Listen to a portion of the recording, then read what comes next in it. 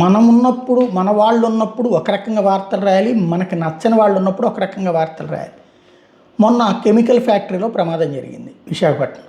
సరే, దాన్ని హైలైట్ చేయడం వైఎస్ఆర్ కాంగ్రెస్ పార్టీ వాళ్ళకి జాతకాలేదు, ప్రతిపక్షంగా అది విఫలమే అవుతుంది దీంట్లో. అదే ఇదివరకు అక్కడ అదేదో జగన్ వెళ్ళి నిప్పంటించినట్టుగా చంద్రబాబు, పవన్ కళ్యాణ్ విపరీతమైన స్టేట్మెంట్ ఇచ్చేవాడు, లోకల్గా ఉన్నటువంటి టీడీపీ లీడర్లు విపరీతమైన స్టేట్మెంట్ ఇచ్చేవాళ్ళు. దీంట్లో ఫెయిల్యూరు, అగ్నిమాపక శాఖ ఫెయిల్యూరు, డబ్బులు తీసుకుని పట్టించుకోవట్లేదు, ప్రభుత్వమే వాళ్ళ వెనకాల ఉంటుంది అంటూ చివరికి అప్పుడు ఒక ఫ్యాక్టరీని శాంతం ముయిపిచ్చేశారు కూడా. అట్లాగే అనేక ఫ్యాక్టరీల మీద కంప్లైంట్లు పెట్టి ఏడిపించుకు తిన్నటువంటి సందర్భం. ఇప్పుడు ప్రమాదం జరిగితే వార్త సిటీ ఎడిషన్స్కి పరిమితం అవుతుంది, లేదా లోపల పేజీలకు పరిమితం అవుతుంది.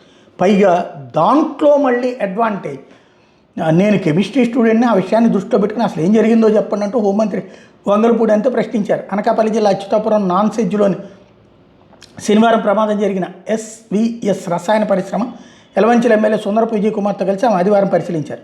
వీళ్ళు వెళ్ళిన సమయానికి ప్రమాదానికి కారణాలు వెల్లడించేందుకు పరిశ్రమ ప్రతినిధులు అక్కడ లేకపోవడంతో అనిత అసహనం వ్యక్తం చేశారు. ప్లాంట్ ఎండీ ఎవరో పిలవండి, మేము ఇక్కడికి వచ్చి నిల్చుంటే పరిశ్రమ తరపున ఎవరు రాబోతే ఎట్లా, పిచ్చోళ్ళు అనుకుంటున్నారు అంటూ ఆగ్రహించారు. కొంతసేపటి ప్లాంట్ ఇన్ఛార్జ్ వచ్చి సెంటర్ ఫ్యూజ్ వద్ద షార్ట్ సర్క్యూట్ జరిగి మంటలు అంటుకోవడంతో ప్రమాదం జరిగిందని సమాధానం ఇచ్చారు. మంత్రి స్పందిస్తూ కార్మికులు చనిపోతే ఎక్స్గ్రేషియా ప్రకటించి వెళ్ళిపోవడానికి రాలేదని, తరచూ ప్రమాదాలు ఎందుకు జరుగుతున్నాయో తెలుసుకోవడానికి వచ్చారన్నారు. ప్రమాద రసాయనాలు ఎందుకు ఇంత నిర్లక్ష్యంగా ఉంచారని ప్రశ్నించారు. పరిశ్రమ శాఖ అధికారి నుంచి ఫిర్యాదు తీసుకుని కంపెనీ యాజమాన్యం మీద కేసు నమోదు చేయాలని ఆదేశించారు. ఇందులో ఏంది ఆదేశించేది, ఇవన్నీ జరిగేదే కదా. సమస్య ఏంటి, నువ్వు పరిహారం ఇవ్వకపోతే ఇంకెందుకు?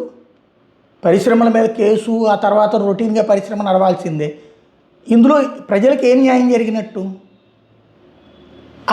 అప్పట్లో డబ్బులు ఇప్పించారు పరిహారం, ఎల్జీ పాలిమర్స్ అదే కదా జరిగింది. కానీ ఎల్జీ పాలిమర్స్ మూసేదాకా వదిలిపెట్టలేదు.